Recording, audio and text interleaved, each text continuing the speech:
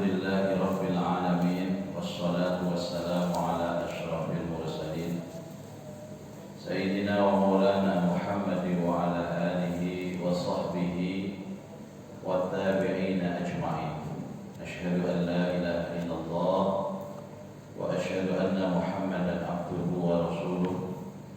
Allahumma salli ala Sayyidina Muhammad wa ala alihi wa sahbihi ajma'in.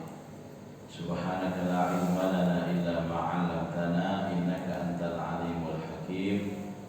Rabbi shrah li sadri wa yassir li amri wahlul 'uqdatam min lisani yafqahu qawli. Amma ba'd. Ma'asyiral hadirin wal hadirat, jamaah subuh Masjid Baiti Jannati rahimakumullah. Alhamdulillah, pagi hari ini kita diizinkan Allah untuk hadir di masjid ini melaksanakan sholat subuh berjamaah, melanjutkan dengan kajian sirah nabawiyah. Mudah-mudahan semuanya menjadi ibadah dan amal yang diterima oleh Allah Subhanahu wa ta'ala, dapat menghapuskan dosa-dosa kita dan membuka pintu barokah rahmat Allah dalam hidup kita. Mudah-mudahan barokah ngaji sedaya pinaringan sehat walafiat zahiran wa batinan, istiqomah di dalam ibadah, istiqomah dalam taat. Mudah-mudahan dipimpin Allah menuju sempurna iman, sempurna Islam, sempurna ihsan, sampai nanti kita menghadap Allah dengan husnul khatimah. Al-Fatihah. A'udzubillahi minasyaitonir rajim. Bismillahirrahmanirrahim. Alhamdulillahirabbil alamin, arrahmanir rahim, maliki yaumiddin. Iyyaka na'budu wa iyyaka nasta'in. Ihdinas siratal mustaqim, siratal ladzina an'amta 'alaihim ghairil maghdubi 'alaihim waladdallin. Amin. Kita akan membahas tentang kelanjutan tentang sejarah kehidupan Rasulullah setelah mengalami peristiwa operasi besar-besaran yang dilakukan oleh malaikat Jibril, membedah dada Rasulullah, mengeluarkan jantungnya Nabi, mencucinya dengan air Zam-Zam, kemudian mengembalikan ke dada beliau. Dan ternyata setelah dioperasi itu banyak berubah. Wajah beliau semakin berseri-seri, gerak-gerik beliau semakin bagus, kata-kata yang terucap juga semakin bagus. Jadi operasi itu benar-benar membawa dampak yang luar biasa dalam kehidupan Rasulullah. Apa yang diambil kemarin itu adalah hati atau jantung, yang di situ tempatnya iblis berdiam diri. Jadi di hati kita ini Bapak Ibu, jantung kita ini ada tempatnya iblis. Bedanya nih Kanjeng Nabi niku ditokno, niku kula jenengan sing pancet.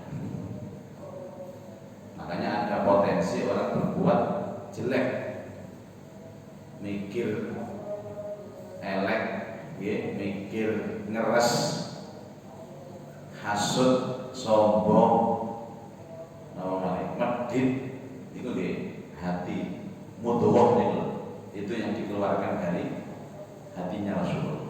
Sehingga Rasulullah SAW itu tidak akan pernah berdosa dan tidak mungkin berdosa. Nah, potensi dosanya ini diambil sama Allah. Awal-awal ini guys, kata jelas nih Bapak Ibu. Subuh kadang-kadang semangat, kadang-kadang gak semangat. Nah ini, ya kan ada potensi. Makanya kata Nabi Shallallahu Alaihi Wasallam, karena ada potensi itu, maka banyak-banyak baca istighfar, banyak baca ta'awudz.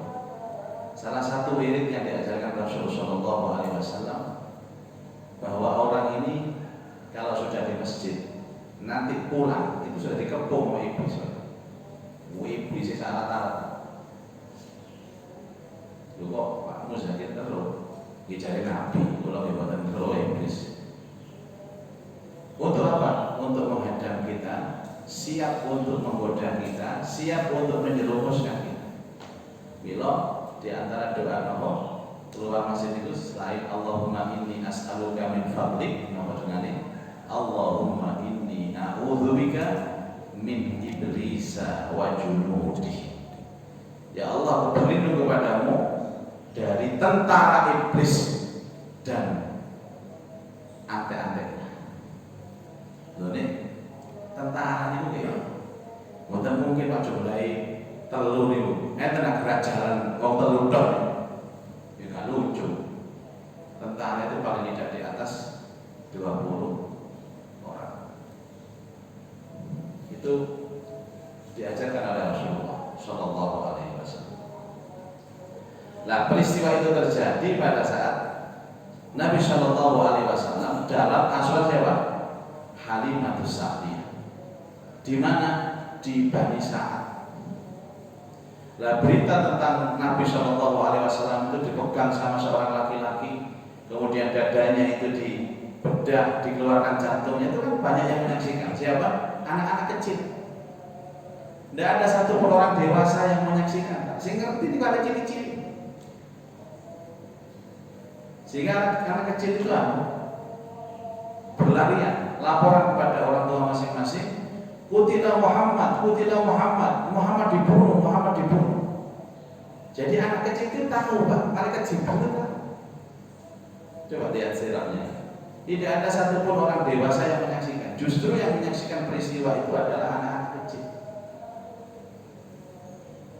Akhirnya orang tuanya tahu apa? Ini ono. Ternyata dilihat tidak ada apa-apa. Enten jalan cilik. Wow, dicekel wong gede, dibedah dodone, dipateni Muhammad ini. Tidak ono apa-apa ini loh. Padahal anak kecil yang menyaksikan itu banyak, tidak hanya satu anak. Nah, ini pelajaran bahwa anak kecil ini pandangan batinnya itu tajam sekali, Bapak Ibu. Apa alasan logisnya apa kira-kira? Apa ada ciri ini untuk barang-barang halus itu cetok, lebih jelas, lebih terang, lebih gambaran? Kenapa? Tidak duit busok. Nah, sing gerak-gerak apa gak bisa delok? Kakean. Kerosok. Ini masih kula banget. Nah, karena itulah Halimah ini gelisah Bapak Ibu. Maka tema kita itu kembali ke pangkuan ibu tercinta. Waduh, ini caranya berarti Muhammad ini terancam. Katanya Halimah Sa'diyah dan keluarganya, Muhammad ini terancam, berarti harus segera aku kembalikan kepada ibunya, Ibu Aminah. Nah, ini kemudian muncul fase sejarah baru setelah dari pangkuan asuhan Halimatus Sa'diyah dikembalikan lagi kepada ibunda tercinta, Ibunda Aminah. Padahal aslinya Pak Bu, sinten Halimah itu gak gelem mencolok Muhammad. Karena anak ini banyak bawa barokah gitu. Kehidupan setelah mengasuh Rasulullah itu berubah dari kehidupan sebelumnya. Nggih, rezeki tambah kuwadah. Istilahnya omong biasanya panas tambah ketok adem. Enggak demen kadun, Pak. Tapi karena ada rasa takut terjadi sesuatu yang mengancam nyawanya dan nanti dia bertanggung jawab atas itu, akhirnya dibalikkan lagi kepada Ibunda Aminah. Nanti pengembalian itu karena terjadi peristiwa pembelahan dada, akhirnya Halimah dan keluarganya khawatir terhadap keselamatan Rasulullah Muhammad kecil ini, dan kemudian dikembalikan kepada ibunda beliau, Ibunda Aminah. Maka beliau hidup bersama ibunda tercinta hingga berumur 6 tahun. Jadi Nabi itu sudah tidak pernah melihat wajah ayahnya. Nabi lahir yatim, sudah dalam kandungan, kemudian diasuh oleh Halimatus Sa'diyah, bergantian dengan Ibunda Aminah sampai dengan usia 6 tahun. Apa yang dilakukan Ibunda Rasulullah SAW? Pertama, mengajak Rasulullah untuk ziarah ke makam bapaknya. Saat ini Rasulullah membuat anak cilik, terus bapaknya mati, terus dijak ziarah ke kuburan.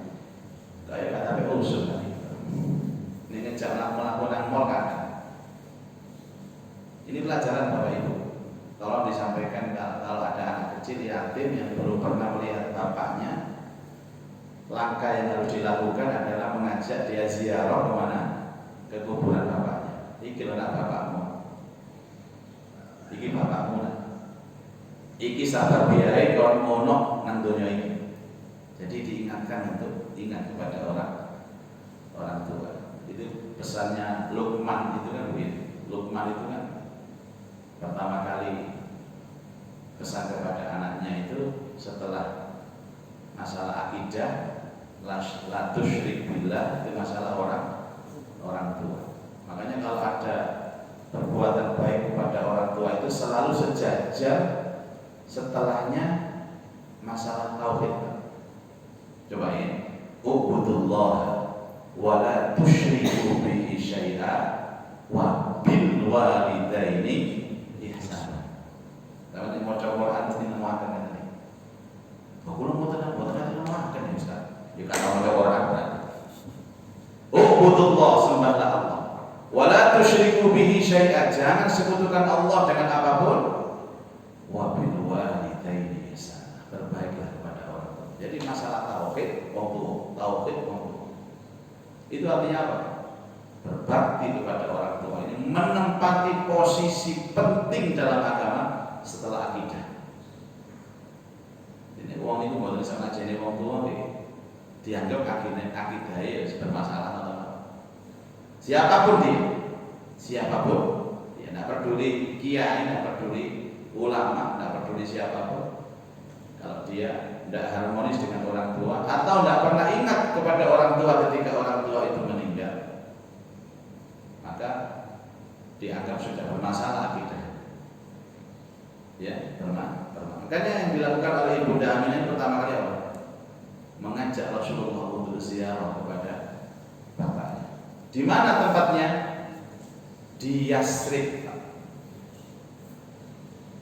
Jadi mengajaknya di Yasrib. Yasrib itu di mana? Yasrib sekarang Madinah. Madinatul Munawwarah. Dulu namanya Yasrib, Pak. Sebelum Rasulullah hijrah ke Madinah namanya Yasrib. Setelah Rasulullah pindah ke Madinah, maka diganti Madinah. Dan ada lagi diganti dengan namanya Thaibah.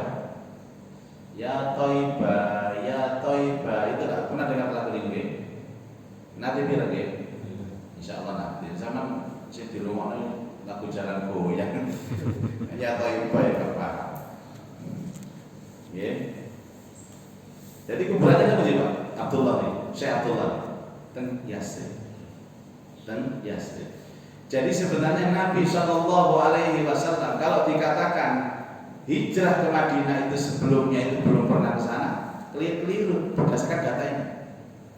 Bahwa Rasulullah Shallallahu Alaihi Wasallam nantinya hijrah ke Madinah, tapi saat dereng ini kupon hati Pak. Ini balik saja. Orang itu kalau tinggal dan menetap untuk selama-lamanya, sesungguhnya dia itu sebelumnya waktu sebelum menetap di situ pernah lewat di sini. Kalau balik ngomong, ditakoni apa Pak Zaki ini nganggoten ini perumahan Sememi. Saya dulu itu waktu masih muda, kalau ingat nanti nom Pak, pengeremen aku coba kalau tua-tua. Kalau ben nom-noman kula gitu kan iki ngrawuhi oleh Bali. Akhirnya ke sini. Jadi ada sejarah bahwa tanah yang bakal ditempati itu dulu sesungguhnya sudah pernah lewat, sudah pernah dijenguk. Itu Rasulullah Shallallahu Alaihi Wasallam, sehingga Rasulullah pada saat hijrah ke Madinah terasa bahwa tanah ini bukan tanah yang asing, bukan tanah yang asing.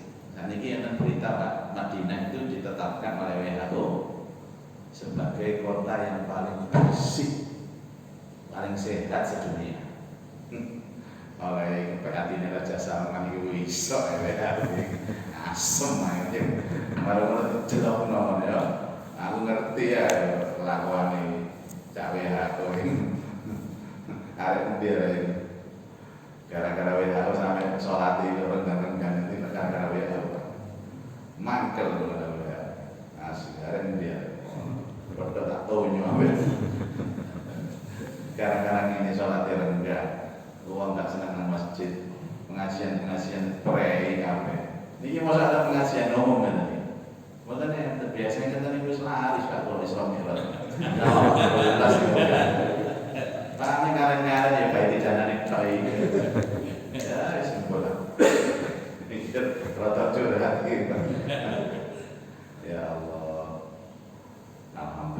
disyukuri mawon.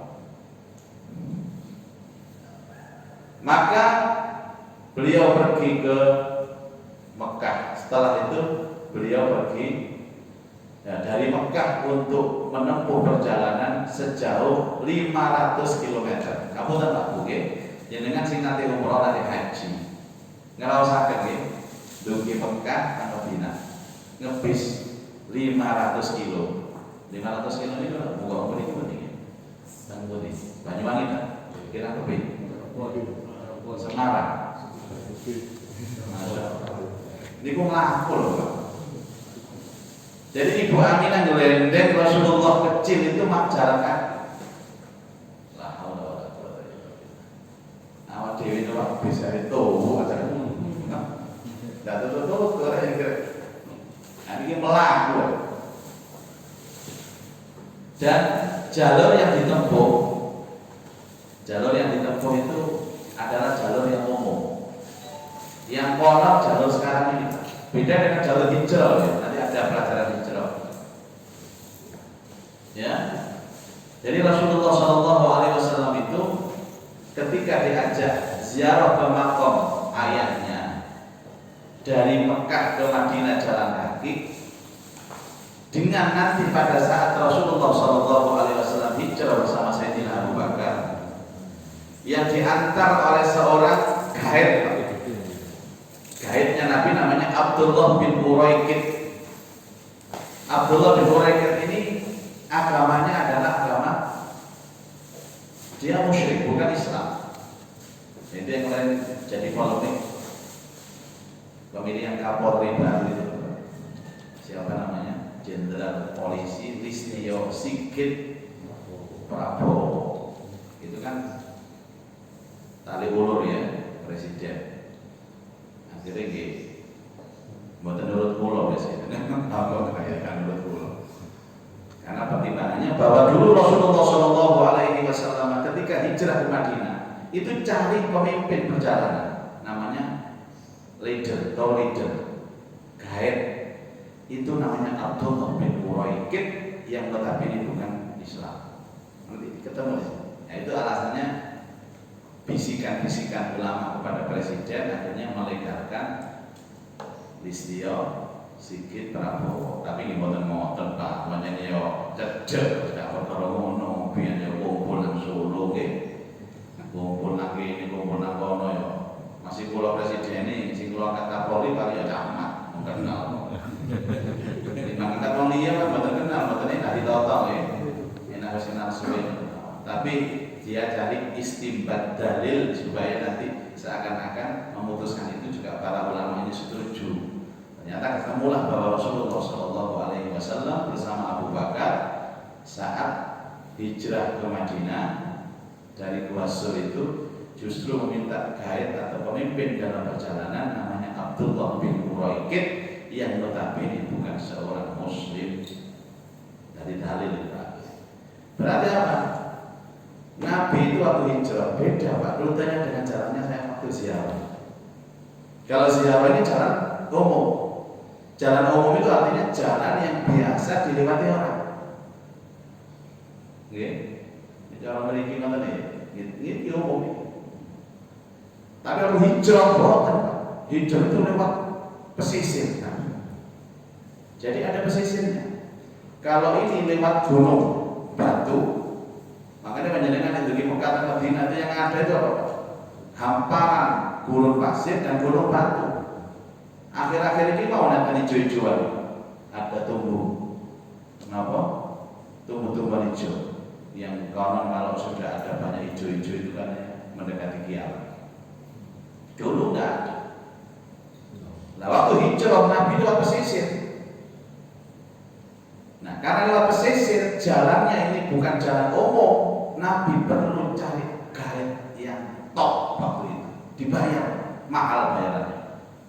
Namanya Abdullah bin Uraikid.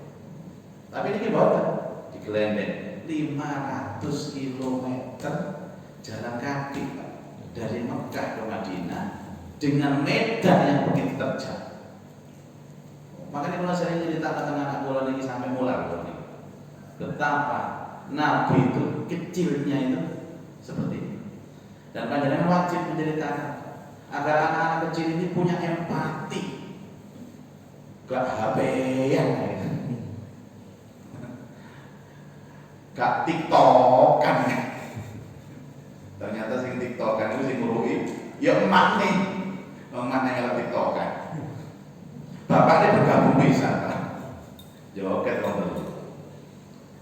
Jadi menceritakan tentang bagaimana masa kecil Rasulullah kepada generasi kita ini akan menumbuhkan empati.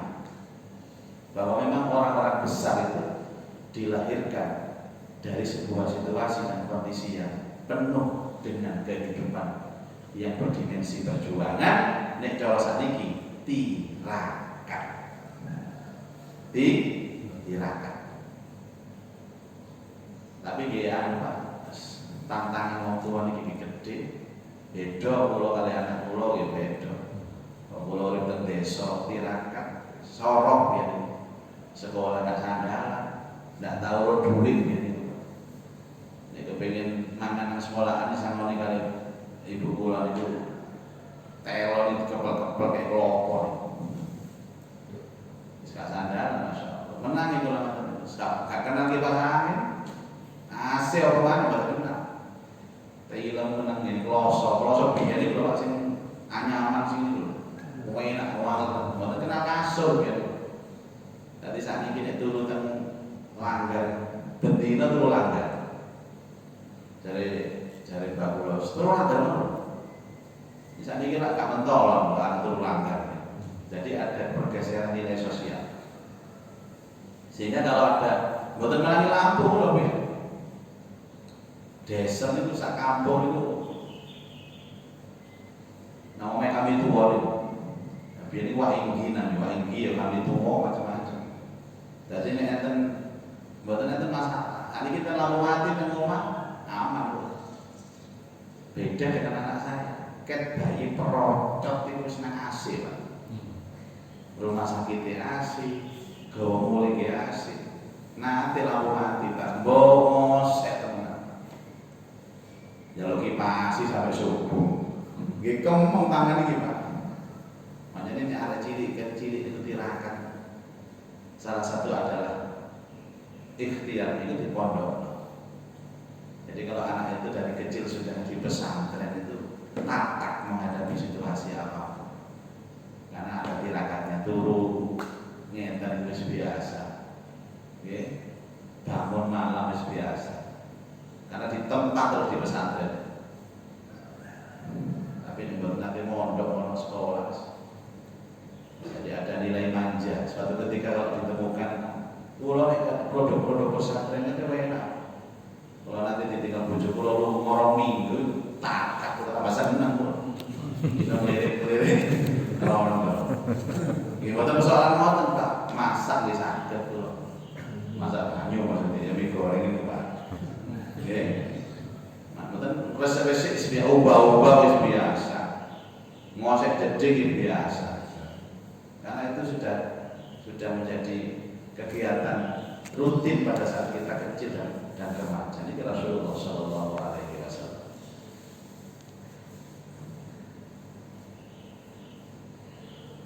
Bersama putranya yang yatim, Ibu Aminah mengajak Rasulullah Shallallahu Alaihi Wasallam disertai dengan satu pembantunya namanya Ummu Aiman radhiyallahu anha.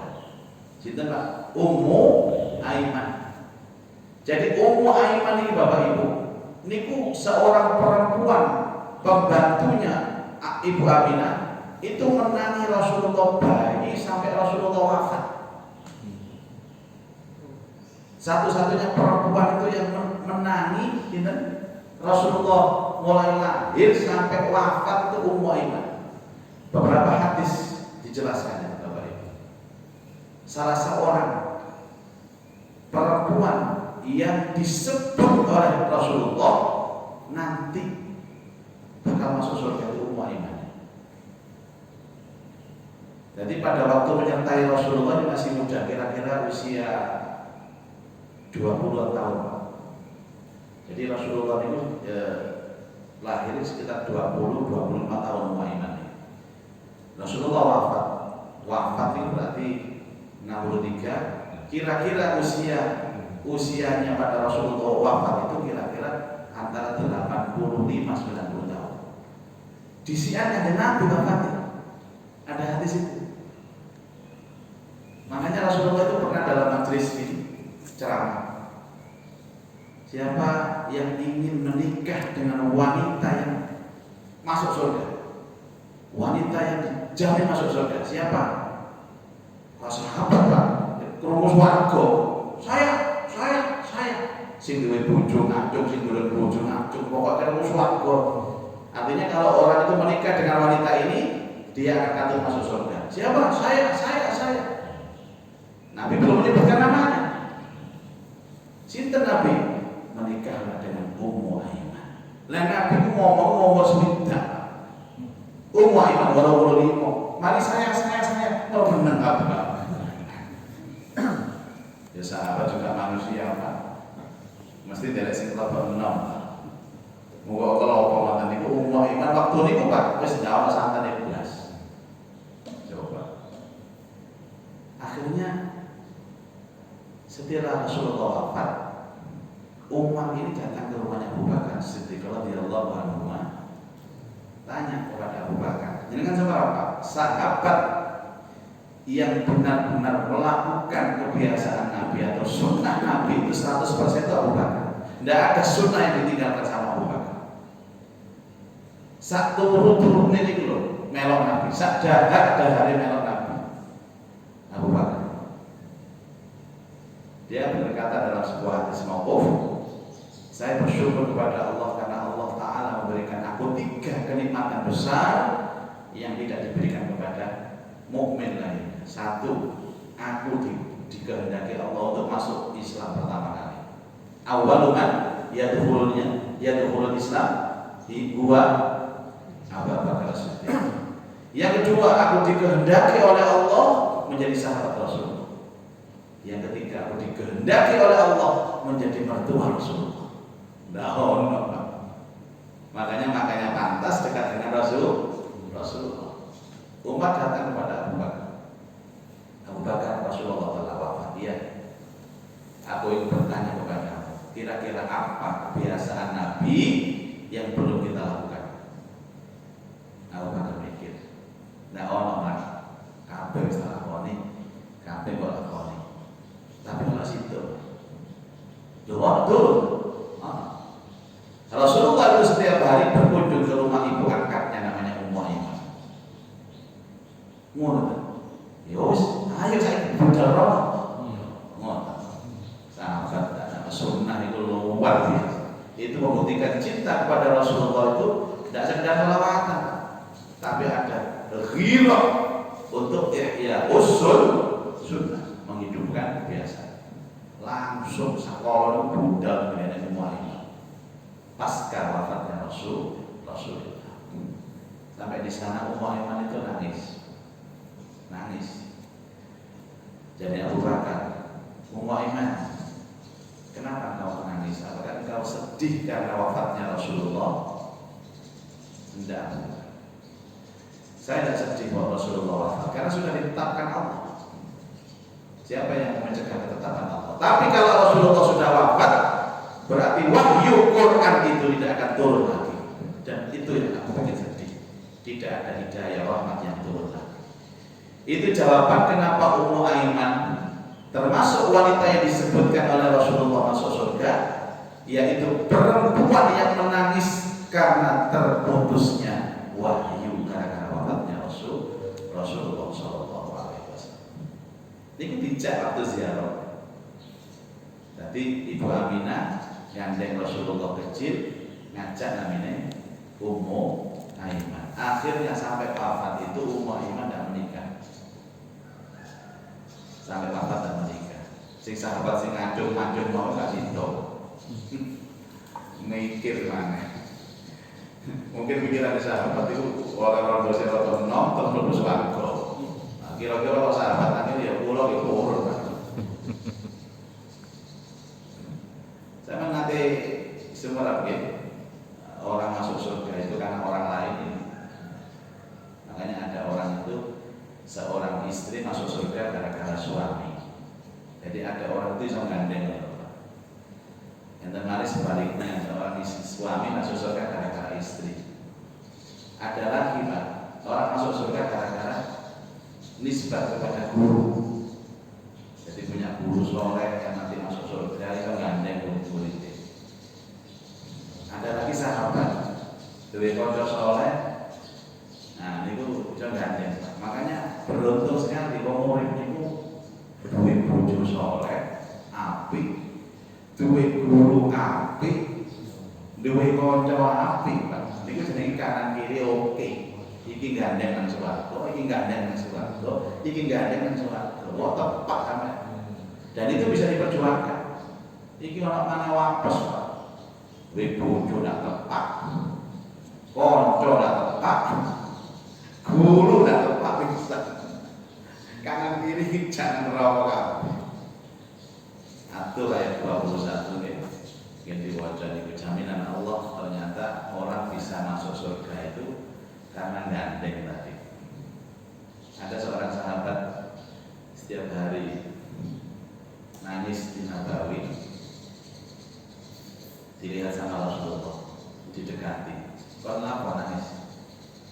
Saya takut ya Rasulullah. Oh dia takut tidak bisa masuk surga. Oh insya Allah mudus warga, kelakuanmu apik, ibadahmu ya apik. Kau tidak tahu melarang wong, insya Allah mudus warga. Si nangis mau, dia pada Nabi mudus warga, si nangis. Loh, kok si nangis? Ya maksud pulau ini Nabi, pulau ini, insya Allah pulau ini rada pede mudus warga nih. Cuma pulau ini lebih mudus warga itu buat sadar sekali jenengan.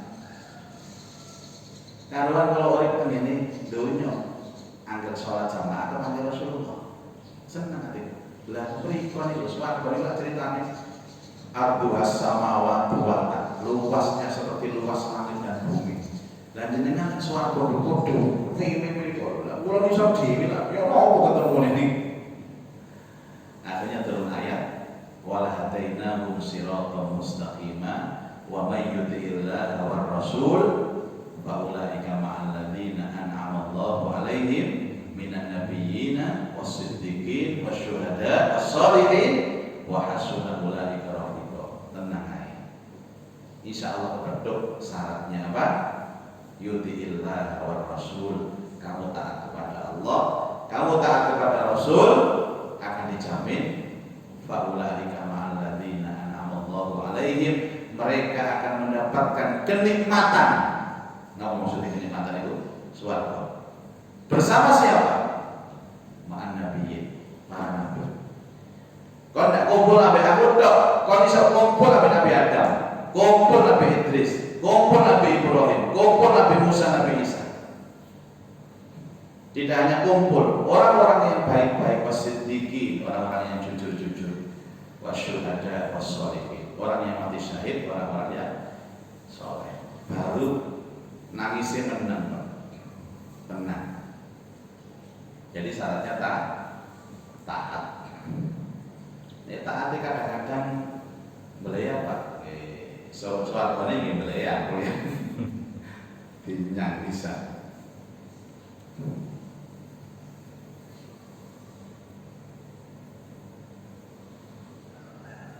Setelah menetap selama sebulan, jadi nginep saulan Pak.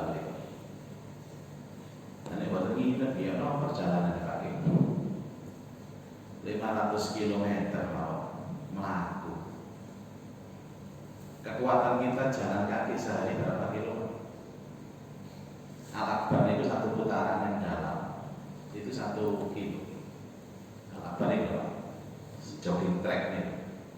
Jadi kalau kepengen bandingkan kekuatan fisiknya Rasulullah sejak kecil, Al-Akbar itu 1 putaran itu 5 kilo. Jadi 5 putaran 5 kilo. Kalau biasanya Senin kali Sabtu, seminggu 2 kali kalau mesti muter karena pengajian mereka. Ini gue rasanya wis sikil, wis cekot 5 kilo. Nah ini 500. Ini gue kali 100. Mungkin balik ini melaku Pak 1000 kilo. Masya Allah. Kalau nanti melampan itu duki ampel ini karena apa Pak? Karena sepeda ini kan bocor, talut-talutan dalam nuntun ngampel sampai tengene sampai kerep bungkam nuntun kuat tuh, tapi ngoten bengi sakit orang minggu kecolan coba deh kalau ini bayangkan dia Allah betapa kuatnya fisik Rasulullah dan cuaca Madinah itu ekstrim medannya terjal naik turun gunung batu jenengan yang baru sakit bayangkan kan ngoten Pak cerita ini sebenarnya cerita biasa ya apa sih sorone Rasulullah ya